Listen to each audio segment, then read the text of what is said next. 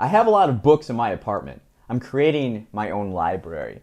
The issue that I'm coming across now is not the motivation to sit down and read a book. It's more so the selection of which book to read. Every time I read a book, I gain something from it. I call it a puzzle piece. And so then with that puzzle piece, I can then apply it to my own life. For those in the future, it's December 2020. It's an intense time. I live in the city of Chicago where right now things are pretty shut down. And a lot of small businesses have had to close due to restrictions and lack of business, right? And profit. So those that rely on those businesses for income are in survival mode. So what book better to read right now than Life of Pi by Yann Martel, a book about survival. And so for those thinking about survival right now, it's a good read. Here's a little summary of it. After the sinking of a cargo ship, a solitary lifeboat remains bobbing on the wild blue Pacific. The only survivors from the wreck are a 16-year-old boy named Pi, a hyena, a wounded zebra, a orangutan, and a 450-pound Royal Bengal tiger. The scene is set for one of the most extraordinary and beloved works of fiction in recent years. So in this book, the 16-year-old kid is in a lifeboat with these animals, and the hyena eats the zebra right away, and then the hyena kills the orangutan, and then the tiger then kills the hyena. And so what's left is this boy and this tiger throughout this journey. It's not really a journey, just it's basically survival out on the Pacific Ocean. And so the kid has to learn how to fish, and then he has to train the tiger to obey him and listen to him. And his dad was the manager of a zoo back in India, so he discusses animals and the souls of animals and how you have to work with them. It's really interesting.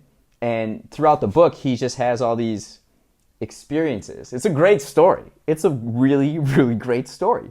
And he's out on the Pacific Ocean for over 200 days, and he goes through all this stuff, like you can't even imagine, right?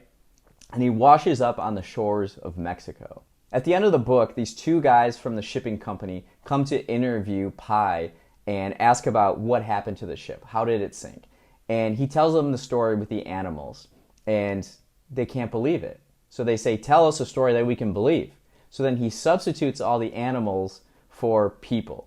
The orangutan is his mother. The cook is the hyena. And then a Buddhist guy, he's the zebra. And so the cook kills the Buddhist guy and uses his body to fish to survive. And then he kills his mom, who's the orangutan, and he's the tiger. And so the tiger is like him, and he's not his evil, but his animal side and his like the darkness of human.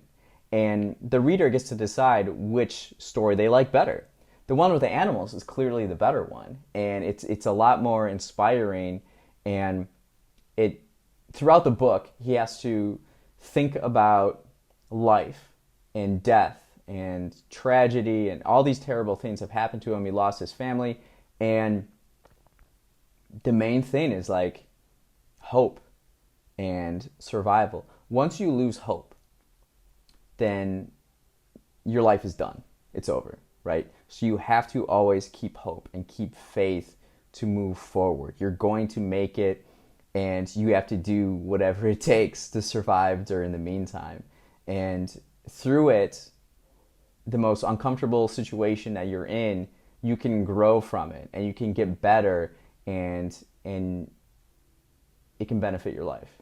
So that's the puzzle piece I took away, that even during the darkest times, you still have to find hope. You have to stay positive. You have to do the best you can and do whatever you have to survive. And thinking about it right now in this situation, we're not on a lifeboat with a tiger in the middle of the Pacific Ocean. So let's put it in perspective and let's move forward.